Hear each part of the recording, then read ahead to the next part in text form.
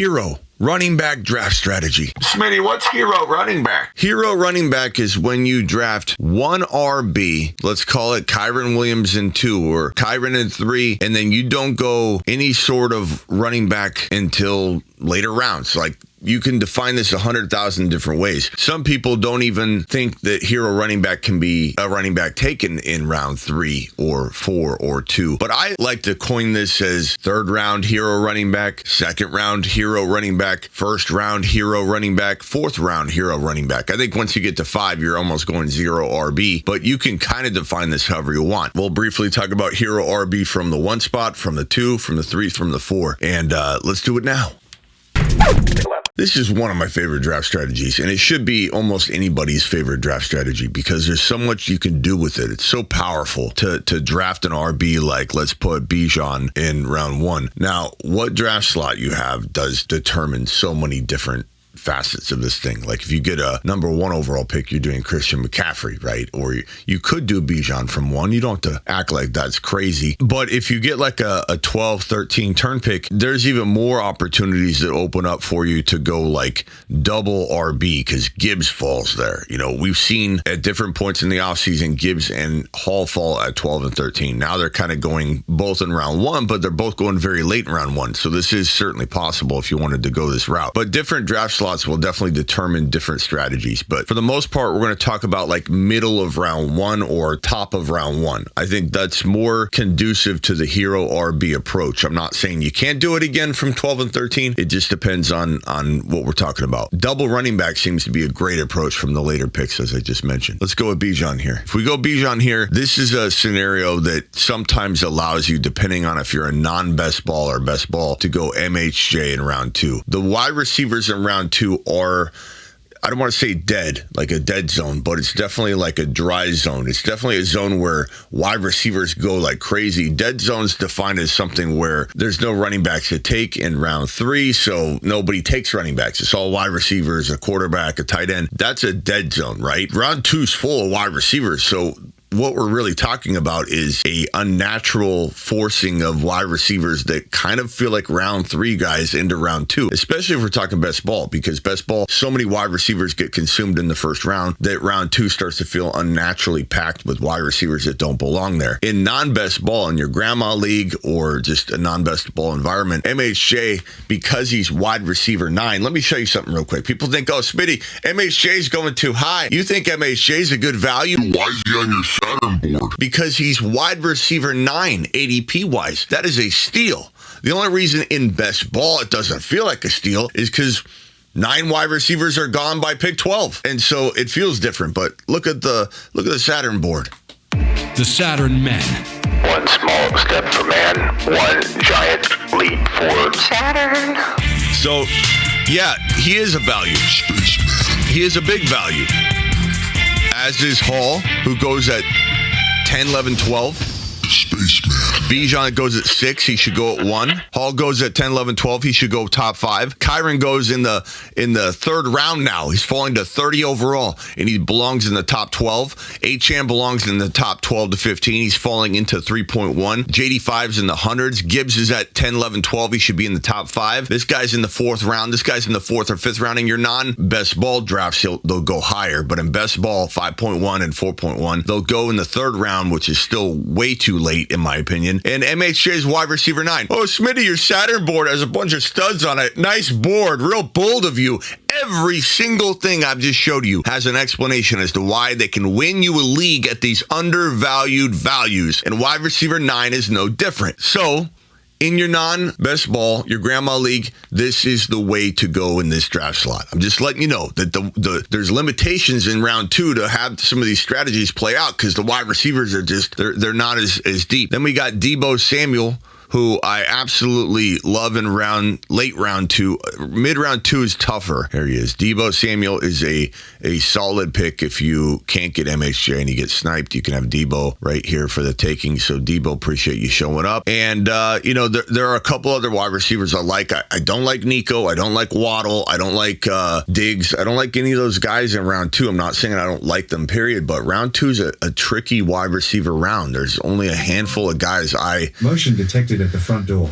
Ziggy, show me the front door. There's only a handful of guys I like in this second round. So sometimes the hero RB gets derailed by this round right here, and I end up going Kyren or Achane early or whatever and make sure I get a player I really like. If, let's say, the pick is a little bit later, or we do hero RB this way. This is a much, I don't know, better way to maybe even attempt hero RB is you go something along the lines of Chase in the middle of one. Kyren is your hero RB, the one player you draft at the RB position in the earlier rounds. And then you get back to wide receiver drafting. And then we start talking about wide receivers like in this territory. You're getting a Tank Dell in the fourth round as an example. So let's throw Tank Dell right here. Maybe we go Jalen Hurts or Mahomes or someone like that. Hurts right here would be perfect. So this is an example of hero. After Kyren, we go Hurts in round 3. We go Tank Dell in round 4. This is a perfect example of a hero RB. I have McBride sitting here the whole time because he's perfect for this conversation to just sit right here. McBride.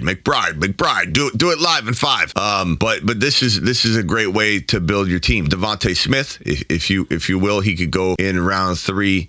You could go that kind of route. You could take this out in best ball. You're going to get, Kelsey there. You could get Mahomes in best ball. Mahomes doesn't fall in best ball all the time to like 5, but he does pretty much like clockwork fall in 4. In a non-best ball environment, a grandma league, you might have to take Mahomes in 3. So this could be Tank Dell down here and Mahomes here. If you want to go that route, you'd have to go something like this. But in a best ball, you could easily go with Mahomes in 4 and easily get Hurts in 3. Josh Allen in best balls falling to round 3. So it's just kind of however you want to slice it. Now, you could go hero RB with Achane in round 2. It's no different, really, to do this. I do want to just say that I abort hero RB all the time. Let's say I plan to go hero RB. You got to be flexible. You got to adjust and adapt. I love this approach right here where you're going hero RB with Achane and then Kyren falls and you're like, damn it, I'm no longer going hero RB. And are you going to complain with this approach? No, you're not going to complain with this approach, especially in best ball. You're not going to complain with this approach because imagine this. I mean, Mahomes will fall in best ball. This is a remarkable start. This is a win a league start. And then where's our McBride? Look at this. How are you not walking away with a championship with this team? This is unbelievable. Again, not something you can always accomplish in non-best ball environments, but this is when you adjust and adapt. If we were to keep Kyren here and go hero RB, this is, again, an example of hero RB that I absolutely love. And man, why don't we just leave McBride sitting there? It just looks so wonderful. So Cooper Kupp is going around 3 versus round 4 now. That's not as appealing as it used to be, but I still draft him. So we could look at this. Kyren again could be your hero RB here. We could go back to Breece Hall in round 1. And put Breece Hall right here, especially if you have like a not mid but a little bit later 7 or 8 overall pick and you get Breece Hall there, and then you're taking your Deebo Samuel here. You could say, Smitty, I don't like any of the wide receivers at all. I don't even like Deebo Samuel. What do I do if I'm in that situation? Well, if you're in that situation, then you can go Josh Allen here, and that might not be your cup of tea, and I get it. The quarterbacks are so deep. Of course, we wouldn't go Mahomes here. But the thing is, like, it's apples to apples. I always tell people it's like Josh Allen in 2 instead of Nico. And then the wide receiver I get in 6 or 7 that you're getting a quarterback in, you're comparing that. Is my Josh Allen and Christian Watson really that different than your Nico? And let's call it a guy we love, Joe Burrow in 6 or 7. Joe Burrow and Nico versus Josh Allen and Watson. Josh Allen and I mean, sometimes Jaden Reed falls that far in a non-best ball in a grandma league. Or we're talking about a receiver like Brian Thomas Jr., who falls in this territory over here. Brian Thomas Jr., I think, is going to explode as a rookie. So BT and Josh Allen versus Joe Burrow and Nico Collins or whatever. So if you're at the tail end or beginning or middle of round 2 and you don't like the players at all, you're not crazy going the number 1 overall scorer in fantasy football. I just want you to know that. And people that tell you that you're taking them too early don't know what they're talking about. Here's another example of the Tank Dell, Cooper Kupp, Breece Hall, Josh Allen type approach. Okay, so Josh Allen,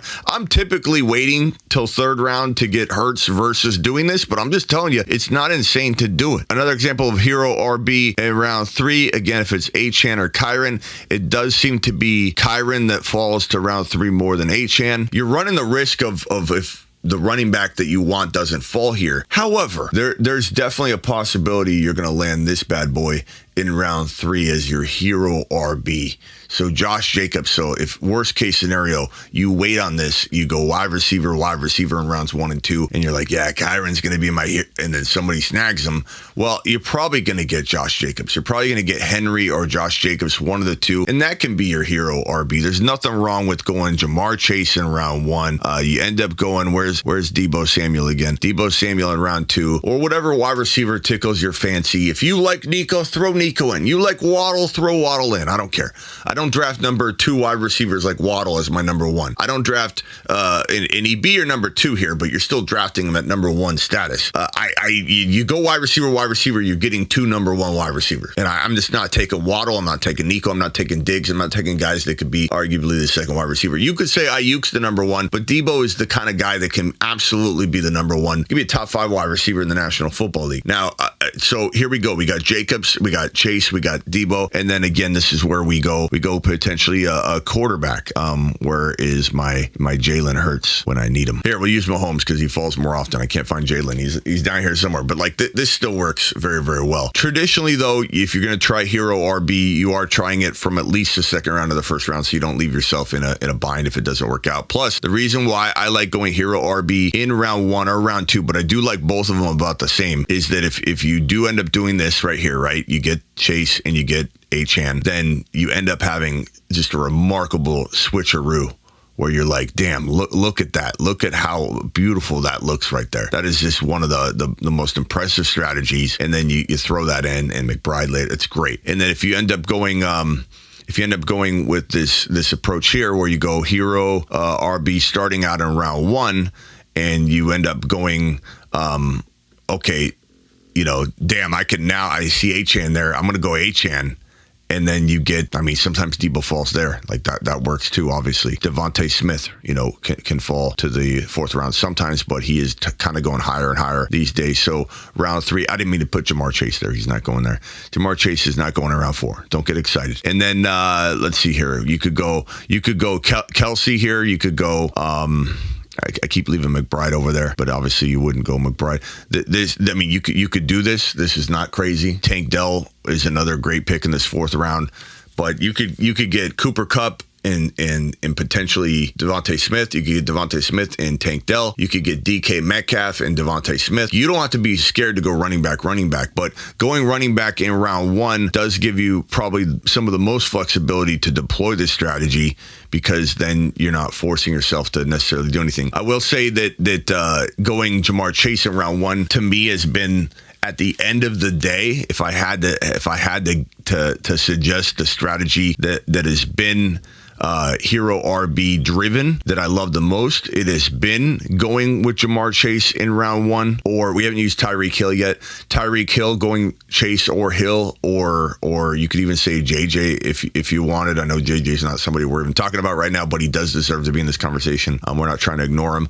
But if I go Hill and then I go Kyren and then I start drafting my 3rd round wide receiver, my 4th round quarterback, my 3rd round quarterback, and my 4th round wide receiver, I love that approach. Probably my favorite approach, though, out of anything is this Hill or Chase with the Kyren and Achane, and then you take the Mahomes or the Hurts or whatever. That is probably at the current moment in time, and this fluctuates, probably my favorite start is this trio with the quarterback in round 4. Mahomes is the most likely to fall to 4, as does Hurts, but this is probably my absolute favorite start. More so Hurts than Mahomes here, but I love this freaking start. Let's just dial it back to this. So hero RB, hope this helps you build a hero RB team, and more importantly, I hope this helps you not force yourself to continue to build it if this opportunity presents itself, or this kind of opportunity. This is probably the most important part of the video, is that hero RB should not be cemented in. And the idea of going down the road can sometimes make a team that's not Hero RB be the best team you've ever drafted. Now get out of here and go dominate your draft. Don't forget, we're live Monday through Friday at 8 p.m. Eastern every single Monday through Friday, live whenever big news breaks. And as Ramos says right here, this community was 100% first on HN. Let's go on the HN train. We conducted it. You guys out there, you doubters, you are potentially being invited back to ride this train one more time if you behave yourselves, but the doors are closing now. You get on now or you don't get on at all. HN to the mother-freaking moon. And don't forget to get on over to my thefantasyfootballshow.com, which is all my content, my bold predictions, the trade calculators, all that stuff over there. Follow the Dynasty channel, links in the description of this video and every video, youtube.com/Dynasty Fantasy Football. And you're watching The Fantasy Football Show, which is youtube.com/The Fantasy Football Show. And all my shows, Dynasty and Redraft, are on Spotify. So search me up on Spotify. There's a Dynasty channel and a main channel. But again, thefantasyfootballshow.com. Don't forget about that. And don't forget about the Patreon, links in the description if anybody wants to get into the Patreon, which is a live chat community, 365, 24/7 live chatting about trades and everything. Game day live chat environment when games are taking place Monday, Thursday, Sunday slate of games. We'll be in the live chat talking away. So make sure you get on over to the Patreon. The Patreon link is in the description of the video, and it's also patreon.com/The Fantasy Football Show if you want to get there in manual fashion. But join the community if you want to be involved in 10 live chats, 365, 24/7. Get some exclusive content outside of the fantasyfootballshow.com. That's different content, but this is like some Patreon geared written content locked down to only Patreon members. So join, and then the first 200 people, this is a limited time, so you got to hurry. First 200 people get into a 242-man league. I'll see you all later. Appreciate you. Live when big news breaks. Live Monday through Friday, 8 p.m. Eastern. Every Monday through Friday.